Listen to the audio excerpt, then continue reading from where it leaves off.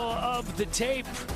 1 year separates the two men in age. Obvious height advantage for Muniz and a reach advantage as well.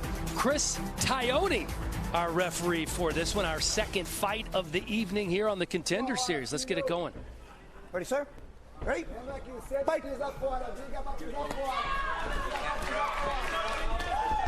Watch that right hand. Already caught him with the left hook. And Johnson straight to the power double A to a slam. Exactly what you were talking about, the power there from Johnson. And this is where the guard game is going to need to be seen. But Taylor Johnson comes heavy in this first round. He finishes a lot of people with this type of prowess that he brings right here. But watch the arm bars. That's what he's good at. Slams him to the ground again to avoid the arm bar. This guy comes out like a caged animal. The longest fight, just 2 minutes and 43 seconds. Taylor Johnson cross-trains with Dean Lister and Jocko out there in California, so he's got he's very well versed in jiu-jitsu. He understands it very well, plus the wrestling.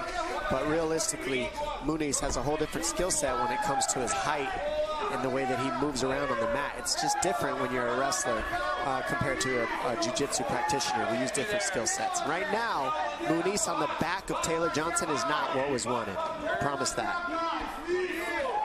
Talked earlier about the wrestling experience for Taylor Johnson. Started at Oregon State, and then he transferred to Southern Oregon, where he became a national champion. It's a small NAI school in Central Oregon. Sorry, Dom, go ahead. No, no, my fault. This is the typical battle. You got the three-time All-American wrestler versus the black belt Brazilian Jiu-Jitsu. They go, who wins? Right. What we're seeing right now. Back and forth battle. And as expected, the fight's on the ground.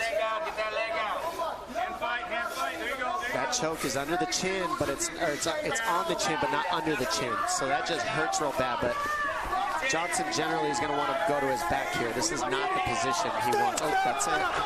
Wow. That's it. Another submission choke. André Muniz, his 18th professional win, and he does it in the first round.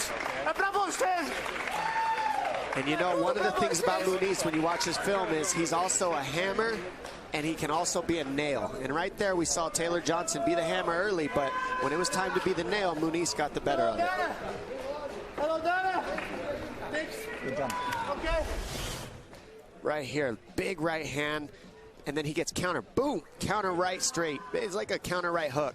He gets double-legged, slams so hard. I mean, look at the power that Johnson hits you with, pushes you around, slams you.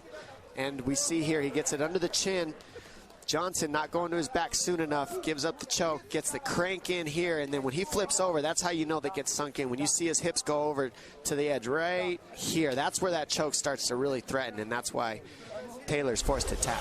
Nice transitions by Muniz, showing his black belt skills there. Montes Claros, Minas Gerais, Brasil. É tudo nosso. É de Montes Claros pro mundo. Hello, Dana. Contrato. The 12th first-round finish of Muniz's career. Lorisenko in the octagon to make it official.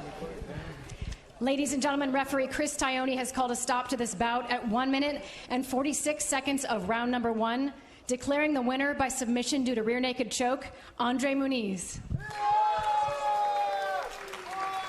What a performance by sergipano André Muniz.